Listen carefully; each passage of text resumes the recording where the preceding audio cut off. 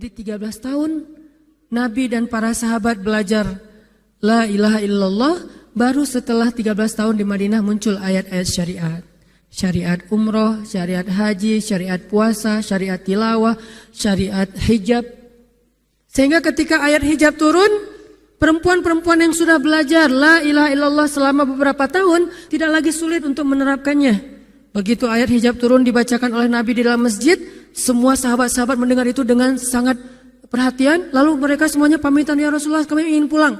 Ngapain pulang? Mau ngasih tahu ke istri-istri kami supaya berhijab. Emang kamu punya istri? Oh ya enggak. Ada yang jomblo berharap punya istri, terus ngasih tahu ke siapa yang jomblo-jomblo? Itulah kasihannya ya. Enggak bisa ngasih tahu ke kakaknya, adeknya, apalah siapalah, mantannya mungkin. Pulang ngasih tahu ke istri-istri mereka, saudari-saudari mereka, putri-putri mereka, dan perempuan yang mendengar ayat ini dibacakan langsung menutup kepala mereka dengan benda apapun yang ada di tangannya, mau jemuran, mau baskom, mau apa, pokoknya pegang apa, tutup langsung. Hijab. Kenapa? Ini perintah Allah. Gak mungkin Allah memerintahkan kita sesuatu kecuali ada kebaikan di dalamnya. Itu aja pertimbangannya, la ilaha illallah. Bukan kenapa? Kan lebih nyaman gak pakai hijab, kan ini, kan itu. Enggak, satu aja alasannya. Alasan la ilaha illallah. Kalau ini perintah Allah, sami'na wa ata'na.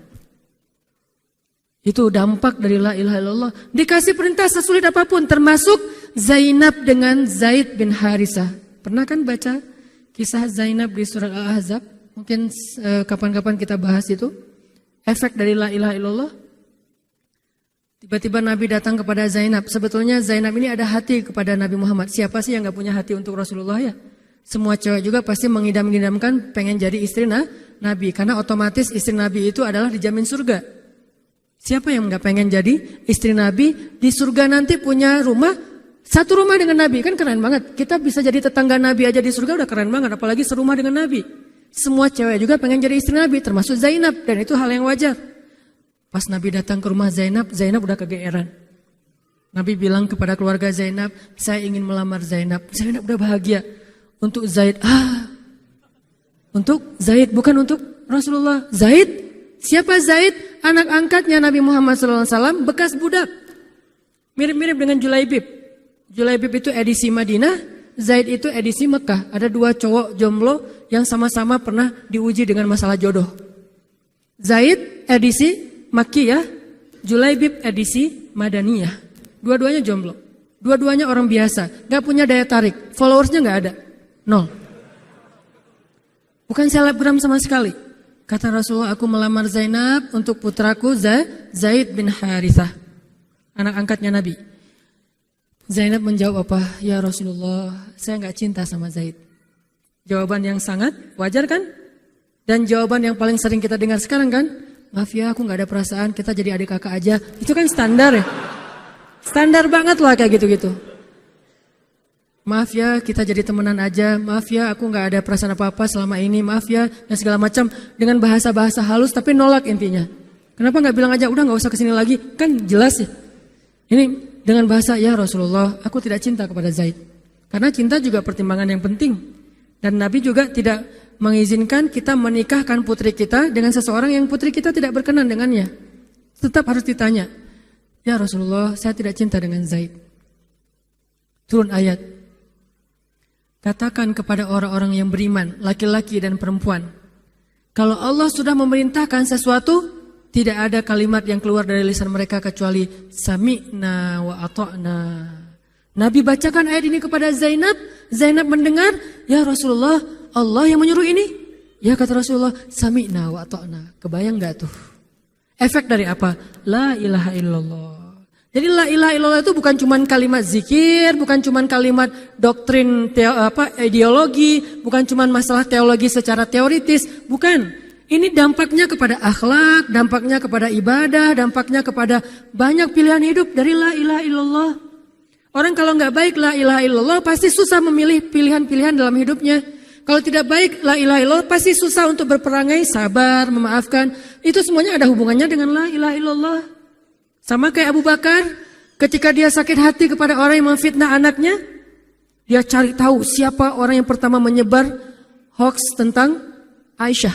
Ketahuan, dilaporin, diperkarakan sama Abu Bakar. Tiba-tiba turun ayat dari Allah. Janganlah orang yang memiliki kelebihan harta di antara kalian bersumpah untuk tidak lagi membantu saudaranya gara-gara sakit hati. Hendaklah dia berlapang dada dan memaafkan. Itu perintah Allah. Berlapang dada dan memaafkan. Terus konsekuensinya apa? Balasan janji Allah apa? Ala tuhibbuna ayyaghfirallahu lakum? Tidakkah kamu suka jika Allah memaafkan juga kesalahan-kesalahan kamu? Jadi deal-dealannya dengan Allah, bukan dengan makhluk. Enak aja saya maafin dia, untung di dia, rugi di saya. Enggak. Kalau kita transaksinya dengan makhluk, kita rugi. Tapi kalau kita transaksinya dengan Allah, kita untung.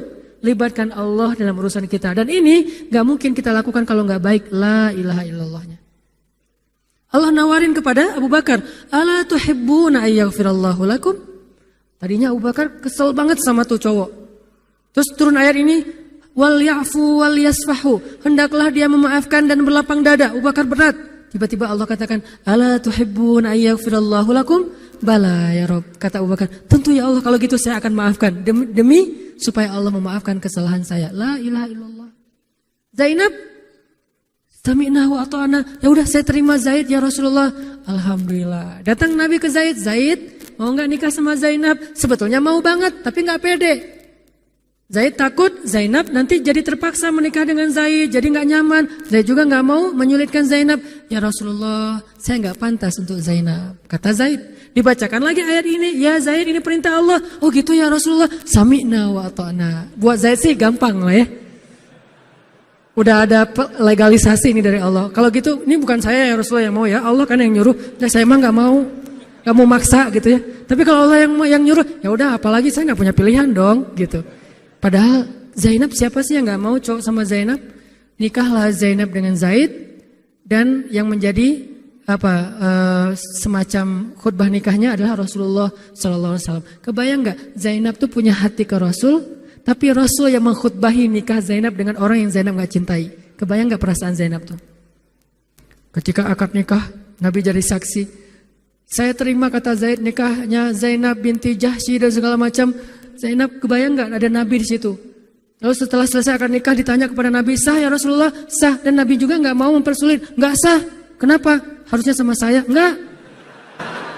Nabi orangnya fair. Nabi orangnya bijaksana. Orangnya dewasa. Gak kayak kita. Kita tuh bahaya banget jadi saksi kalau jadi mantan. Pasti gak sah. Dan Nabi gak gitu. Sah langsung di kali pertama. Kebayang Nabi memberi nasihat kepada Zainab, nasihat kepada Zaid. Zainab, aduh kenapa bukan Nabi, kenapa Zaid? Tapi apa? La ilaha illallah. Allah gak nyuruh sesuatu kecuali ada kebaikan di dalamnya. Percaya banget. Itu la ilaha illallah. Udah percaya banget. Zainab yakin, ini perintah Allah, ya sudah saya lakukan. Walaupun bukan dengan Nabi. Padahal saya pengennya dengan Nabi. Kebayang gak sih pengen sama seseorang yang kita cintai banget, malah orang itu yang menjodohkan kita dengan orang yang kita gak pernah kebayangin. Amit-amit. Jangan dia ya Allah, jangan dia, dia. Kan berat tuh. Yang saya sering cerita, jangan saya. Pokoknya jangan Hanan. Hanan. Kenapa kok begitu? Karena dia bilang jangan saya bilang yang dia ya Allah. Akhirnya kita adu-aduan doa. Ya Ustadz, masa dilawan ya? Doanya lebih panjang, lebih sujudnya apa segala macam. Akhirnya jadi. Gak kebayang tuh buat Zainab. Kalau Zaid sih mungkin kebayang lah ya. Gimana happy-nya Zaid menikah dengan seorang cewek yang semua orang Mekah pengen nikahin dia. Tapi kalau Zainab, itu hari-hari yang sangat berat. Malam pertama gak kebayang buat Zainab. Zaid. Begitu Zaid datang, Assalamualaikum Zainab. Gimana tuh? Ini kalau kita lihat dari angle manusia ya. Karena Zainab juga manusia. Tapi semua emosional, subjektif manusia redam dengan iman la ilaha illallah. Harapannya cuma satu, pasti ada kebaikan di sini. Pasti ada kebaikan di sini. Walaupun gak kebayang kebaikannya apa, pokoknya ada aja. La ilaha illallah. Nikah Zainab sama Zaid, cekcok selama 1 tahun, gak pernah akur. Pulang kerja rame, berangkat kerja rame, pagi rame, sore rame, gak cocok aja tuh Zainab sama Zaid. Berkali-kali datang berdua sama ke Rasulullah, ya Rasulullah nasihati kami, udah dinasihati pulang rame lagi, di mobil aja berdua rame, macet apa segala, ya udah nikmati aja rame gara-gara macet, terus aja kayak gitu. Pokoknya selama 1 tahun mereka sering percekcokan rumah tangga. Jadi kalau kita ngelihat ada keluarga yang mungkin baru menikah kemudian bercerai, jangan menjudge mereka. Karena menikah itu ibadah, perintah Allah. Itu lebih baik daripada tidak menikah tetapi sudah melakukan banyak perbuatan dosa. Walaupun akhirnya nauzubillah ada hal-hal di luar dugaan, maka la'allahu khair, mudah-mudahan ada kebaikan. Mereka berani menikah muda aja kita harus acungkan jempol. Mereka berani menikah muda aja kita harus respect. Kan saya sering bilang no judgment, respect to other kan. Berani mengambil keputusan menikah muda, baru berhijrah udah langsung menikah. Itu bukti dari iman. Kenapa kita menjudge seolah-olah kita lebih baik dari dia? Emangnya kita berani melakukan hal yang mereka lakukan? Gak berani buktinya. Berarti dia lebih baik daripada kita. Walaupun kesudahannya, kalau mereka bercerai setelah menikah baru beberapa lama, ada yang lebih soleh dari mereka juga bercerai baru setahun menikah. Zainab dengan Zaid, dua-duanya dijamin surga. Dua-duanya dijamin surga. Pernikahan mereka cuma bertahan setahun. Setahun kemudian, Zaid datang kepada Rasulullah. Zaid bilang, ya Rasulullah, kayaknya udah gak bisa dipertahankan hubungan saya dengan Zainab. Zaid, sabar. Rasul ketika Zaid mau datang, sebetulnya udah dapat bocoran dari Allah. Allah udah ngejapri Rasulullah dalam bentuk ilham. Japrian Allah kan ilham ya. Japrian kita kan WA, itu juga habis kuota gak kebaca-baca. Kalau japrian Allah ke Rasul ilham. Ilhamnya apa? Kalau nanti Zaid datang, nanti baca di surat Al-Ahzab. Kalau nanti Zaid datang kepadamu meminta nasihat tentang Zainab, bilang kepada Zaid, ceraikan istrimu. Kalau udah diceraikan, nanti kamu nikahi Zainab. Ini perintahnya juga berat buat Nabi nih. Kebayang gak sih anak angkat kesayangan Nabi yang selama ini baik banget sama Nabi, tiba-tiba dia punya masalah dengan istrinya, disuruh cerain dengan niat kalau udah cerai nanti dia yang nikahin. Kan gak kebayang tuh buat Nabi. Ditambah lagi Nabi itu orangnya ra'afah banget, sangat gak enakan. Kita aja gak tega kayak gitu. Emang ada yang tega kayak gitu? Gak tega kan? Zainab mantan kita sih. Sekarang cowok itu datang ke kita, suaminya Zainab. Ustadz, gimana nih Zainab, perlu saya pertahankan? Emang kalian dari awal udah gak cocok, cerai aja deh. Kenapa? Bentar lagi gue mau nikahin Zainab. Gak kebayang kan? Kok Ustadz ngomong kayak gitu? Dapat ilham. Berat kan? Nabi itu kayak gitu loh, kondisi emosional beliau yang zulzilu, terguncang. Gimana nih caranya? Saya nggak enak banget, nggak tega banget sama Zaid. Kebayang wajah Zaid polos gitu. Ya Rasul gimana nih? Aduh, mau dibilangin ceraikan aja nggak tega. Mau dibilang pertahan tapi Nabi bilang suruh cerai, Allah suruh ceraikan. Akhirnya Nabi memilih emosionalnya, bukan perintah Allah. Wahai Zaid, tahan istrimu, jangan ceraikan. Padahal kata Allah suruh ceraikan. Lihat beratnya Nabi waktu itu. Akhirnya Zaid pulang, gitu ya Rasul. Ya pulanglah Zaid, Nabi gak enak banget sama Allah. Terus akhirnya Zaid sampai ke rumah, namanya Allah yang nyuruh kan gak bisa dirubah ya. Kun fayakun, cerai juga tuh walaupun Nabi bilang sudah bertahan. Allah marah kepada Nabi. Kata Allah, kamu merasa gak enak kepada manusia, tapi kamu merasa enak kepada saya. Diadu oleh Allah tuh coba, emosional. Nabi langsung sujud, ya Allah ampuni saya benar-benar, saya tahu saya gak enak sama Allah, tapi juga saya gak tega sama Zaid. Kebayang gak sih ya Allah wajah Zaid yang polos kayak gitu, disuruh cerain terus saya nikahin istrinya. Gimana perasaan Zaid? Wahai Muhammad, kamu merasa gak enak kepada manusia, tapi enak kepada saya Muhammad. Astagfirullah ya Allah, minta ampun Nabi semalaman. Ini benar-benar gak kebayang sama Nabi. Tapi Allah pengertian lah, tahu Allah, Nabi itu bukan mau gak taat sama Allah, cuma emang gak tega banget sama Zaid. Akhirnya Allah ngambil keputusan sendiri, Zaid cerai dengan Zainab. Setelah selesai masa iddah Zainab, Allah katakan, Muhammad sekarang datang kepada Zainab, lamar Zainab. Dengan berat hati Nabi, tok pelan gitu, berharap gak dibukain pintu. Langsung udah ditunggu ternyata sama Zainab. Eng gitu, bukain pintu. Pas Nabi datang, Assalamualaikum, Waalaikumsalam gitu. Zainab udah punya firasat. Nabi mengatakan, Zainab, ada perintah dari Allah. Apa ya Rasulullah? Sami'na wa ata'na. Belum juga dikasih tahu. Sami'na. Allah menyuruh saya untuk melamar kamu Zainab. Untuk siapa ya Rasulullah? Curiga kan? Jangan-jangan orang lain lagi nih. Untuk siapa ya Rasulullah? Untuk saya. Masya Allah gitu. Cuman Zainab kan gengsi gitu lah. Masa cewek harus teriak-teriak gitu kan ya? Oh gitu. Padahal masuk ke dalam kamar. Wah gitu ya. Gigit jari apa, gaya-gaya cewek lah ya. Oh gitu, ntar ya saya pikir-pikir dulu. Saya istiqoroh dulu, Nabi diistiqorohin. Udah diterima, sami'na wa ata'na. Dan inilah khair, kebaikan yang diharapkan oleh Zainab. walaupun gak pernah terbayang. Gak mungkin dong Zainab berpikir akan cerai setelah setahun kan. Tapi dia hanya yakin Allah tuh gak mungkin nyuruh sesuatu yang gak ada kebaikannya buat kita. Gak mungkin. Mustahil. Karena Allah gak pernah zalim kepada hambanya. Kenapa Allah kok muter-muter dulu kayak gitu? Allah pengen lihat Zainab itu menikahi Muhammad karena Allah atau karena dirinya sendiri. Kalau karena Allah, coba yang selain Muhammad berani gak? Ternyata berani. Karena itu dia menjadi layak untuk Muhammad. Kalau dia nggak menerima Zaid, mungkin Zainab tidak akan pernah jadi istri Nabi karena tidak layak. La'allahu khair. Ini buah dari la ilaha illallah.